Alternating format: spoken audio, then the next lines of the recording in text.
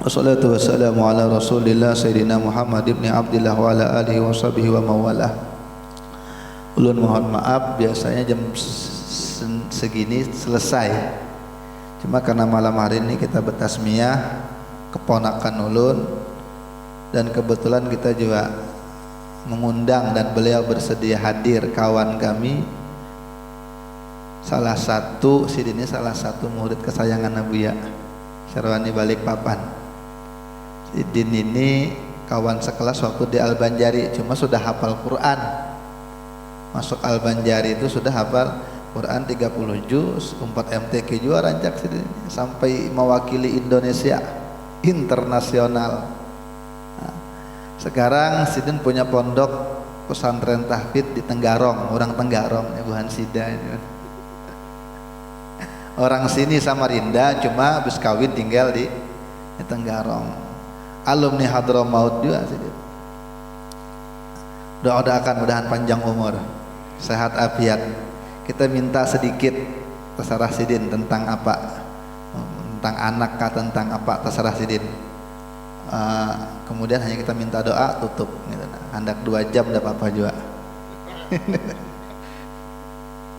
Jadi malam ini pikirnya kita libur dulu lah. Assalamualaikum warahmatullahi wabarakatuh.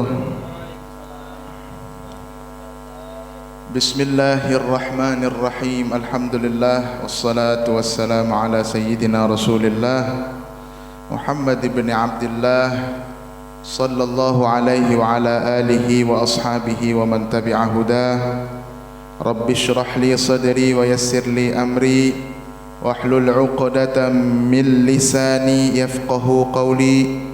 Qalu subhanaka la ilma lana illa ma 'allamtana innaka antal alimul hakim wa la hawla wa la quwwata illa billahil aliyil azim. Amma ba'du, yang saya muliakan, yang saya hormati kawan, guru,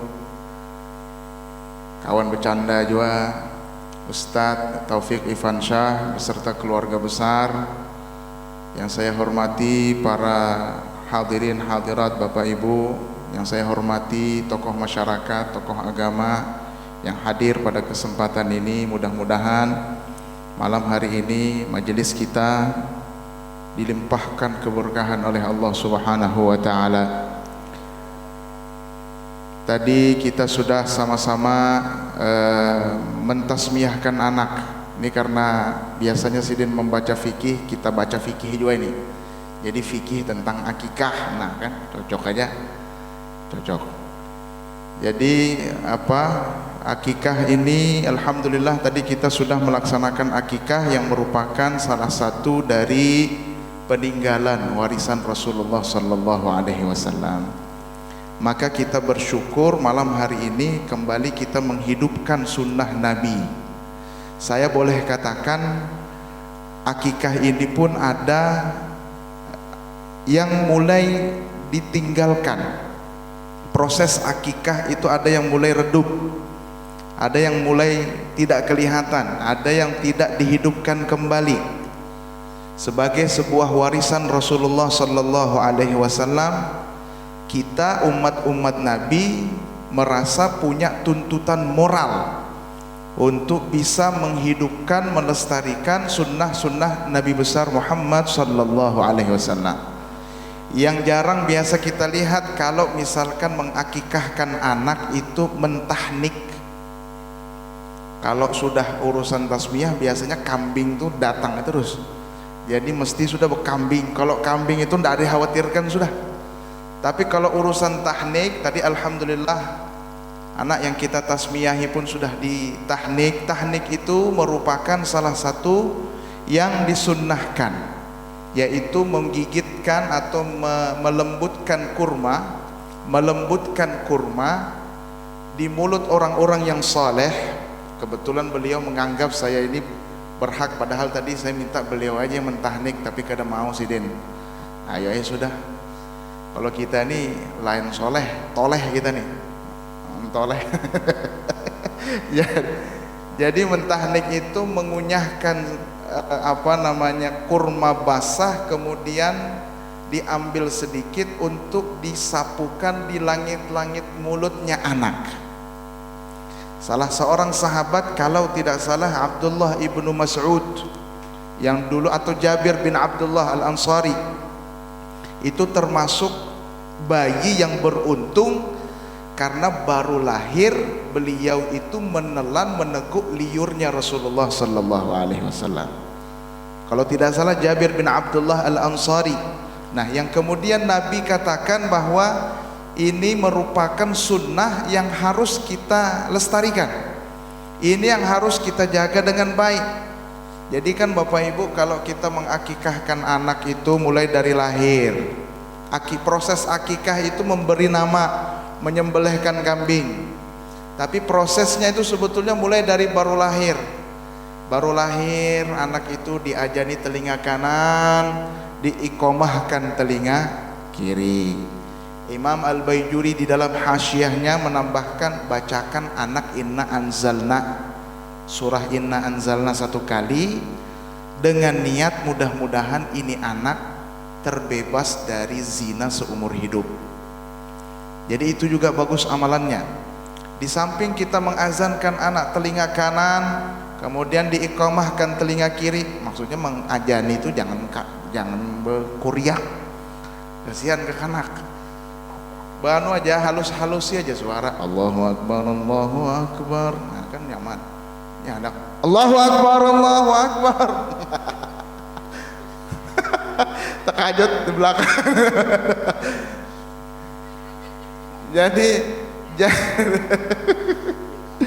Jadi diazani di telinga kanan, diiqamahkan telinga kiri, dengan tujuan sama, menghidupkan sunnah Rasulullah sallallahu alaihi wasallam. Pada saat lahir, setelah diazankan, diiqamahkan, kemudian dibacakan inna anzalna 1 kali. Kemudian pada saat umur 7 hari, nah ini juga sunnah Nabi nih, perlu kita jelaskan. Ada yang tenangis di belakang. Siap. Oh, geli ketawa. Jadi pada hari ke-7, umur anak 7 hari, disunnahkan diberi nama, disunnahkan digundul kepalanya, disunnahkan pula disembelihkan kambing. Kalau perempuan 1, alhamdulillah aman aja bapaknya nih. Kalau 1, kalau laki-laki ini yang bepicik kepala 2. Kalau laki-laki 2 ekor, kalau perempuan 1 ekor. Kemudian ditahnikkan pula. Setelah ditahnik itu kemudian diberi nama yang bagus-bagus. Nama yang paling bagus, ahabbul asma'i indallah Abdullahi wa Abdurrahman. Nama yang paling dicintai oleh Allah itu ada 2, Abdullah dan Abdurrahman.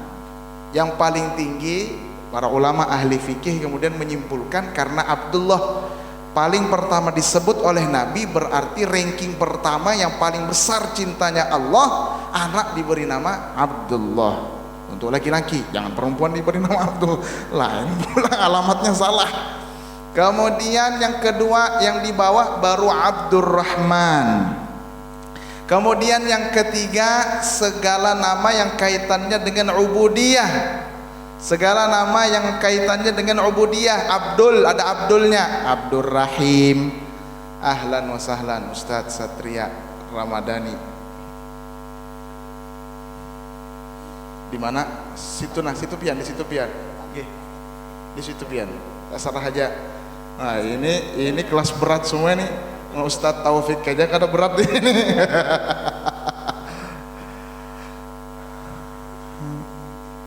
Sampai mana tadi tuh?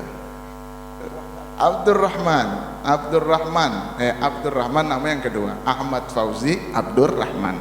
Bagus berarti nama ulun. Bapak ulun Abdurrahman. Ibu Taibah kawan abah. Jadi abah berkawanan, anak berkawanan juga, karena cucu anak berkawan juga lah. Pokoknya mahbub lawan anakku berkawanan juga. Jadi 3 generasi berkawanan semua ini. Mudah-mudahan diberkahi oleh Allah. Nah, sampai mana tadi? Abdurrahman. Kemudian yang ketiga, ranking ketiga yang ada kaitannya dengan ubudiyah. Abdul Rahim, Abdul Jalil, Abdul Quddus, Abdul Salam, Abdul Mu'min, Abdul Muhaimin. Pokoknya yang ada Abdulnya itu yang paling dicintai nomor ketiga. Yang paling pertama Abdullah, yang kedua Abdurrahman. Abdullah dan Abdurrahman. Nah, itu termasuk yang disunnahkan. Memberi nama baik anak-anak, jangan diberi nama kada baik. Ya Allah, kadang saya mendengar ulun tuh kadang pernah ulun di waktu di Jawa. Jadi saya ulun takutnya siapa ngaran pian? Sinten asminan jenengan, siapa ngaran pian? Nama saya Rojim. Rojim tahu lah pian Rojim? Terkutuk. Rojim namanya, ganti nama. Kalau ada nama anak tidak baik, maka diganti nama itu. Diganti sehingga menjadi baik. Saya ingat almarhum Abuya Ahmad Syarwani Zuhri, fotonya ada di atas tuh, Abuya. Nah, itu kalau ada santrinya yang tidak baik namanya, mesti diganti lawan sidin. Begitu juga almarhum Al Habib Salim bin Abdullah bin Umar Asy-Syatiri. Sidin kalau ketemu dengan santri atau mahasiswa waktu kami di Yaman dulu di Tarim, itu mesti diganti namanya, ditasmiyahkan ulang agar nama itu baik-baik, karena nama itu nanti yang akan digunakan Allah saat memanggil kita pada hari perhitungan amal. Mun baik aja alhamdulillah nyaman didengar orang. Manusia banyak nih bermiliar jumlahnya, nama siapa? Rojim. Mun Rojim kan ada nyaman di telinga. Coba namanya Abdullah, Abdurrahman atau yang lain-lain, maka itu yang paling baik. Makanya kita sebagai orang tua harus kita perhatikan itu. Sampai nanti pada tingkat pendidikan anak-anak, setelah kita mengakikahkan anak, kita jaga agama anak itu, umur 7 tahun diperintahkan untuk sholat, umur 7 tahun diperintahkan untuk latihan sholat, latihan berpuasa. Kalau anak tidak dilatih untuk sholat, tidak dilatih untuk berpuasa di umur 7 tahun, maka bapaknya yang mendapatkan dosa. Itu fikih tuh bicara gitu. Kalau misalkan umur 10 tahun, umur 10 tahun anak belum lagi dilatih untuk sholat, belum lagi dilatih untuk berpuasa Ramadan, maka bapak boleh untuk memukul anaknya agar anak mendapatkan pendidikan yang baik. Jadi setelah ditasmiyahkan anak, berikan anak pendidikan terbaik. Dipukul saat umur 10 tahun tidak mau sholat, tidak mau puasa, tapi memukulnya, memukul mendidik, bukan memukul membantai.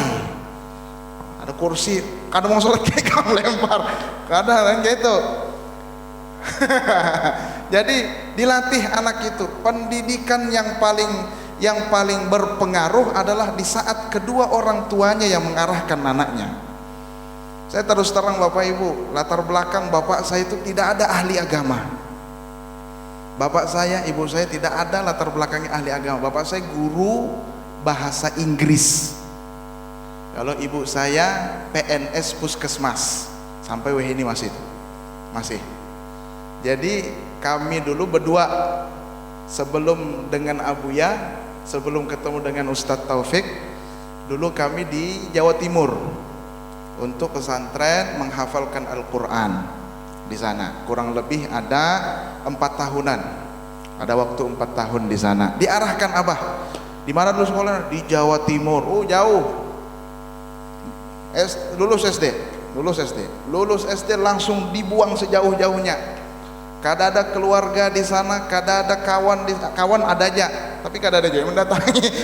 Kada ada juga yang mendatangi. Sebatang kara, bukan sebatang kara, 2 batang kara, karena berdua disuruh di sana kita itu pokoknya menghafal, disuruh kita berkhidmat dengan kiai, disuruh kita menghafalkan Al-Quran. Karena Abah itu bapak saya sadar betul tentang pentingnya pendidikan kepada anak-anak, lebih-lebih pendidikan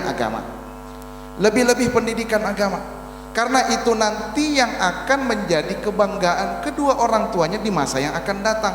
Kita boleh menangis anak-anak kita sekarang kita sekolahkan di sekolah agama, daripada kita menangis di masa yang akan datang oleh karena anak-anak kita salah pergaulannya, narkoba, yalah, pergaulan bebas.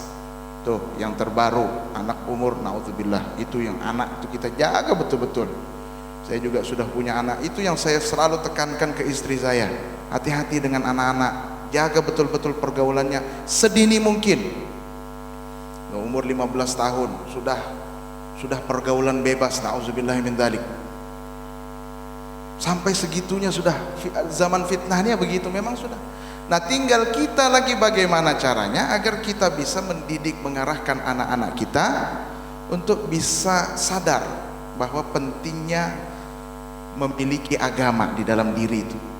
Orang tualah kuncinya. Mulai dikenalkan dari awal, sunnah-sunnah Nabi dikerjakan untuk anak. Kalau bisa bahkan di dalam sunnah lagi, anak pada umur ke-7 hari itu digundul kepalanya, laki-laki perempuan. Bahkan perempuan disunnahkan bergundul saat umur 7 hari. Kemudian umur 8 hari disunnahkan untuk sunat 8 hari. Dibahas di dalam kitab fikih bahasanya 7 hari. Tapi setelah kita baca lagi keterangan di dalam kitab yang lain, 7 hari itu terhitung 1 hari setelah lahir. Berarti hari ke-8. Disunat harus konsultasi dokter juga, jangan bersunat aja anak, kasihan ditatak burungnya, pang, ditatak burungnya. Kalau hari ke-8 tidak mau disunat, maka hari ke-40. Kalau hari ke-40 belum tega lagi Ustaz, tunggu ganal aja dulu. Oke, sebelum balik mulai sudah kita mengenalkan anak itu tentang pendidikan, tentang Rasulullah Sallallahu Alaihi Wasallam secara khusus, sunnah-sunnahnya, ajaran-ajarannya, mulai kita kenalkan. Walaupun anak-anak kita, coba kita lihat anak masih merah begini, mana dia paham sunnah Nabi. Tapi setidaknya dengan kita arahkan dia untuk melakukan sunnah-sunnah Nabi, maka insya Allah tumbuh besar anak itu dalam pengawasan sunnah-sunnah baginda Rasulullah Sallallahu Alaihi Wasallam. Barangkali ini aja, kalau ada usah terlalu panjang, kepala pusing karena karena mulai pagi tadi ulun ada berurusan MUI, mulai pagi jam 8 sudah di Samarinda sampai jam 2. Habis jam 2 kemudian mengajar lagi ke pesantren sini Nursita. Sampai kita mandi pun di sini tadi, mandi pun minta izin dengan Ustadz Taufik, ulun izin mandi karena kada tahu lagi, penat benar sudah. Bini ditinggal di Tenggarong kan, jadi mau kada mau. Habis itu maghrib langsung ke Pelita, mau kada mau pinjam dari motor, hujan laju-laju, mau kada berhelm lagi. Habis itu bulik baru ke sini lagi. Masya Allah. Mudah-mudahan apa yang kita lakukan semuanya berlimpah keberkahan dari Allah Subhanahu Wa Taala. Sunnah Nabi yang kita hidupkan mudah-mudahan menjadi penyebab kita bisa bersama Nabi nanti di alam surga. Amin ya rabbal alamin. Ini saja yang dapat saya sampaikan. Kurang lebihnya saya mohon maaf. Wallahul muwaffiq ila aqwamit thoriq. Wassalamualaikum warahmatullahi wabarakatuh. Jazakumullah khairan. Mudahan panjang umur Sidinilah. Allah jaga, Allah kembangkan pondok Sidin. Allah ganal karena banyak santrinya berkualitas berataan. Sidin ini berdua berading, dua-duanya hafal Quran, bertiga malah. Iya bertiga. Ading binan, tiga-tiganya hafal Quran. Ading belum selesai. Yang kakak kada jauh umurnya, beda setahun aja lah.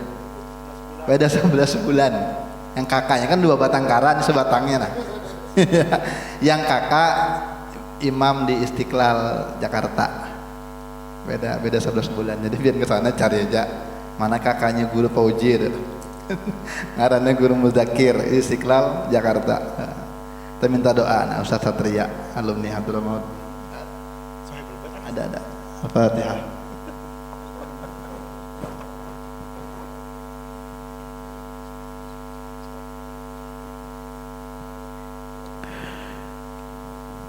آمين آمين بسم الله الرحمن الرحيم الحمد لله رب العالمين اللهم صل على سيدنا محمد الأمين وعلى آله وصحبه وبارك وسلم أجمعين يا أرحم الراحمين يا أرحم الراحمين يا أرحم الراحمين ارحمنا وعافنا واعف عنا وكن لنا حيث كنا اللهم انفعنا بما علمتنا وعلمنا ما ينفعنا وارزقنا علما نافعا اللهم اجعلنا وذرياتنا وتلاميذنا وأهلنا وجماعاتنا من أهل العلم ومن أهل الخير ومن أهل القرآن ولا تجعلنا وإياهم من أهل الجهل والسوء والضير ربنا تقبل منا إنك أنت السميع العليم وتب علينا إنك أنت التواب الرحيم ربنا آتنا في الدنيا حسنة وفي الآخرة حسنة وقنا عذاب النار وصلى الله على سيدنا محمد وعلى آله وصحبه وسلم والحمد لله رب العالمين. Subhanakallahumma wa bihamdika asyhadu an la ilaha illa anta astaghfiruka wa atubu ilaika. Qabbalallahu minkum. Minggu depan masih lah, minggu depan insyaallah masih sampai hari terakhir mendekati Ramadan.